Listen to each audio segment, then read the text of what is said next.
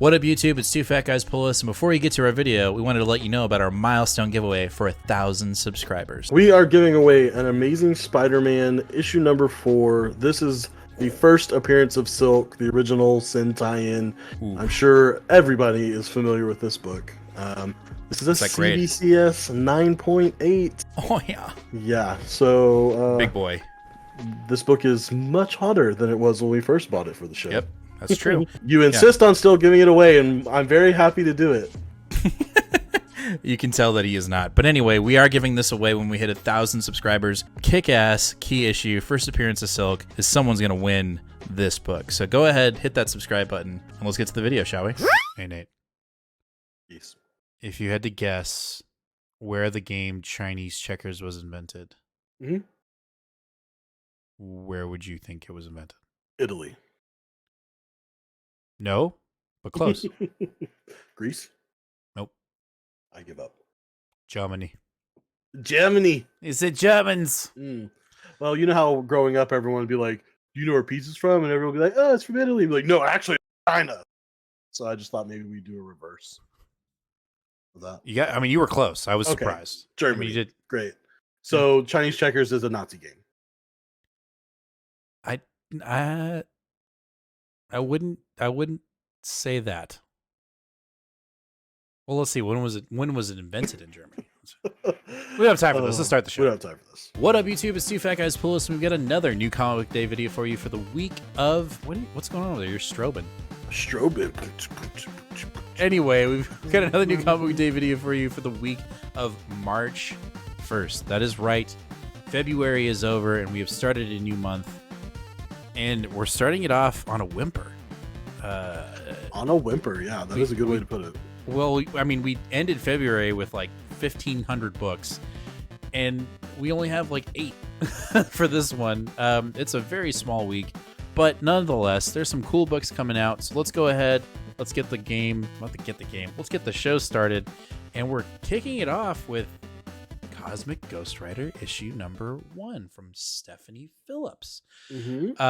Super stoked for this book. I know you are not. Oh yeah. But we've got a mystery, right? We've got Frank Castle, who's been the Cosmic Ghost Rider. He's putting up his chains. He's retiring, and someone's murdering a bunch of people. And who is it? It's a Cosmic Ghost Rider. So there is a mystery here. We've got 2 Cosmic Ghost Riders, one murdering people across the galaxy, and we've got Frank, who I guess has to bring the chains back and find out what the hell's going on with this mystery Cosmic Ghost Rider. I'm stoked because I actually like the character Cosmic Ghost Rider, who was invented by Donny Cates, and on top of that, Stephanie Phillips is writing it, so that's a win-win for me. Super stoked for it. This is a Ryan Stegman cover. It's cover B, by the way, which is super cute. Are you sure about that? I am very sure. Oh, I'm looking at the Virgin variant. You're looking at the Virgin, 100, right? No, I'm looking at the one that I can actually afford. But I will be picking up cover A and this cover as well. But so stoked for this series. Yes. Somehow this book hit just, I mean, a 1 in a million shot of making it on the list. But somehow it's got a good creative team with Stephanie Phillips and Juan Cabal from Guardians of the Galaxy and Avengers and some other great books. And it's coming out on a super slow week.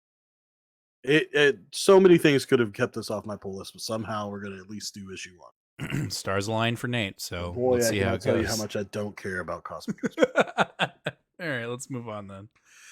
All right, we got the last Marvel book of the night. Told you it's slim pickings for this show. We got Star Wars: The High Republic, The Blade, issue number 3. Yeah. Are you reading this book or no? Nah.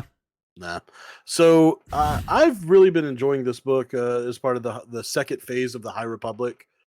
We are following one of the more fun characters from the first phase, Porter Engle. He's one of the few characters that makes it from phase 1 to phase 2 because we jump back 300 years, but the dude's old as shit, so he is still alive when we jump back. And the reason why this book is good is because it's a lot of like more Jedi political intrigue and like where is it that the Jedi can be involved in politics and the frontier of the galaxy, and Mm-hmm. that's always been some of my favorite stories for the Jedi. So this is scratching that itch for sure. Really, really like it so far. Also, isn't he like a super badass Jedi?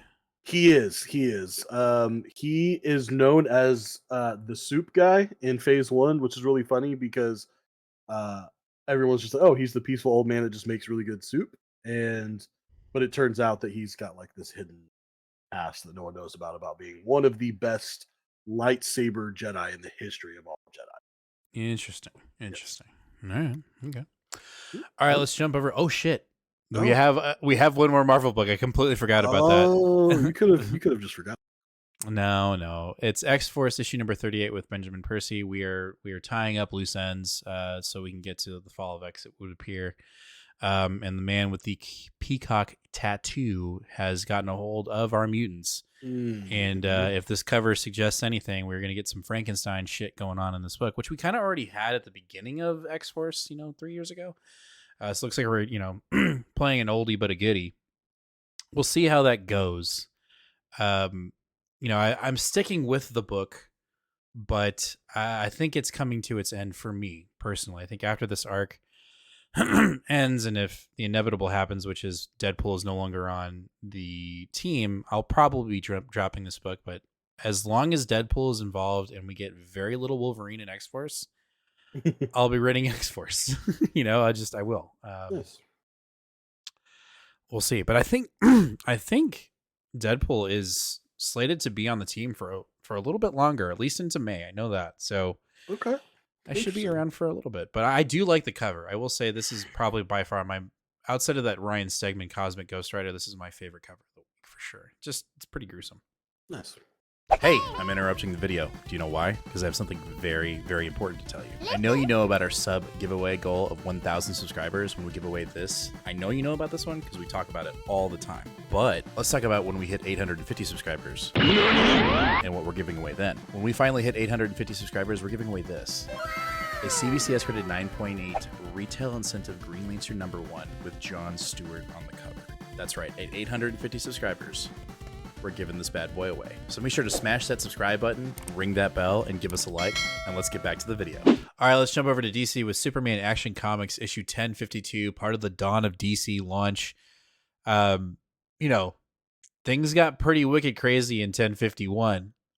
Did. Where Metallo is kind of doing his thing and taking it to the supers, and color me intrigued. You know what I'm not intrigued about this book? What's that? The bonus features, because I don't like that shit. I've said it before, I'll say it again. Don't give me shit that I like. I just want to read Superman Action Comics. Yeah, I will say I'm not super interested in either of the bonus features for this book.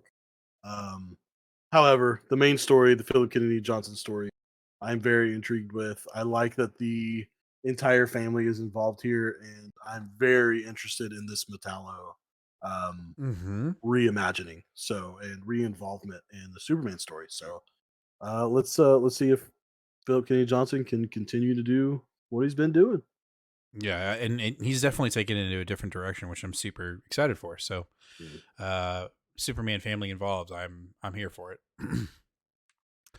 All right, Batman versus Robin issue number 5, the Lazarus Planet epilogue. So apparently we didn't get the final conclusion to the Lazarus Planet event, and that will happen here in Batman versus Superman. I am so disconnected from this book and this event, and it really pains me to say that because Wade is a great writer, but this event for me has been kind of, or not event, just Batman versus Robin has been kind of meh. I think there was one issue where Batman was fighting a corrupted Robin's group. Mm-hmm. And I thought that was really cool because there was some commentary about him being a father and a role model, and that was badass. But other than that, Batman versus Robin has been very meh for me. And the fact that it's basically the actual ending to Lazarus Planet has got me so disinterested. And I hate saying that because we're supposed to be a non-grumpy channel, but DC has been just, a lot of their books recently have just been meh for me. So I'm kind of glad this is ending and we can just kind of Let's just get it over with. Get to something else. Yeah. Yep. I agree. What's that next something else? our last DC book of the night, and that is Detective Comics issue number 1069 from Ram V. Nice. Let's talk about a DC book that we're both very into. Oh, 16. Shut the fuck up. 69. I was like, Anyway, did you not get it? Nope, nice. We're getting into this Two-Face being involved and being much more ruthless. This Gotham family who feels like they lay claim to the actual city is getting more twisted and more involved. You've got Batman actually getting involved with the family unknowingly. Things are ramping. I feel like this issue is going to be a very big, even more of a ramp up to Ram V's. I don't want to say conclusion, but like I just feel like things are really starting to churn in Detective Comics right now with this whole idea of Gotham being owned by this whole new family. Yeah, for sure. And I find it intriguing that we're still kind of doing some new and fun stuff with some pretty traditional villains. Like we were straight up helped out by Mr. Freeze last issue. So yeah, interesting to see what's going on there. We've still got Cy Spurrier on the backup, which has been pretty good so far. But we don't have Danny on the art in the backup, and that makes me very sad. But I guess I'll get over it. Win some, you lose some. DC will do that to you. All right, let's jump over to Independence with Dark Horse. Another Dark Horse book jumping onto the pool with Where Monsters Lie. Yes. The first issue of this book, I believe, was my pick of the week, and it was absolutely like just hilarious. Super, super funny. Basically, we've got a small little gated community where serial killers live, and they all sort of help each other out. Especially the ones that are a little more deformed and can't go like buy groceries at the store. And one of them breaks the golden rule, which is don't murder in the commune, don't murder in the gated community. And one boy escapes, and it ends up telling this detective where they all live. And so we're gonna have to see how all of these serial killers deal with the ramifications of that. This was one part slasher horror, 3 parts ironic comedy. It was a really fun time, so I'm excited for the second issue. I'm interested to hear what you have to say about it because I remember issue 1, you were all super giddy about it. So yeah, it was hilarious. So I like funny comics. All right, let's jump over to our last book of the night, and that's from Jeff Lemire's Phantom Road, issue number 1 from Image Comics.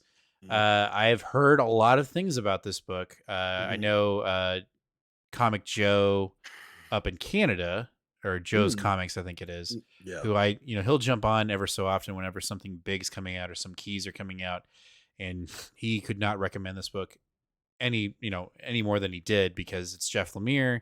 He's like, he kind of treats Jeff Lemire as like boom number ones. He's like, you pick him up because Jeff is well known, and a lot of his stories are up for consideration for shows or movies. So that alone has got me intrigued. The fact that it's Jeff Lemire has got me intrigued, but the fact that there's some potential there with Jeff, I'm looking forward to potentially picking up Phantom Road. But you know shit about this book. I don't know that I know too much shit about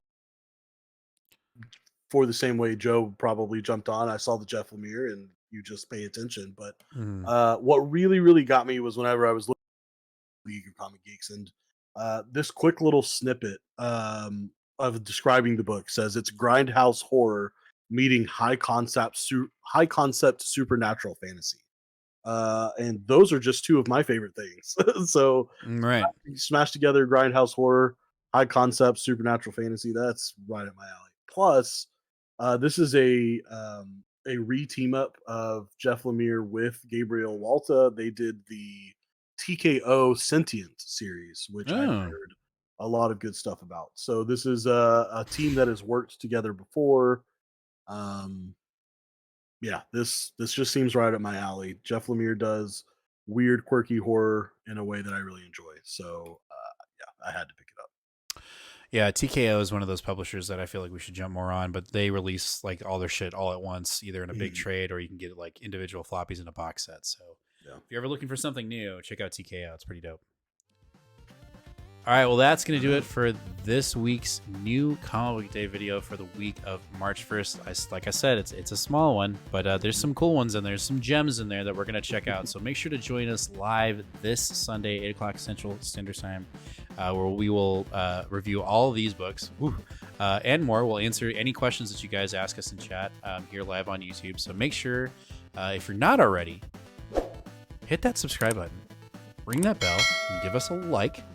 So that we can, hit our sub goals, give away slabs, and you can join us here live when we talk about all these books and we review them. So yeah, catch us live again, as I said before, here on YouTube, and yeah, we'll see you guys when it. I'm gonna end the video now. I am rambling, man. So let me do my closing thing that I always do. Yes. Be kind to one another, and read more comics. Those are good things. Those are good things. Later.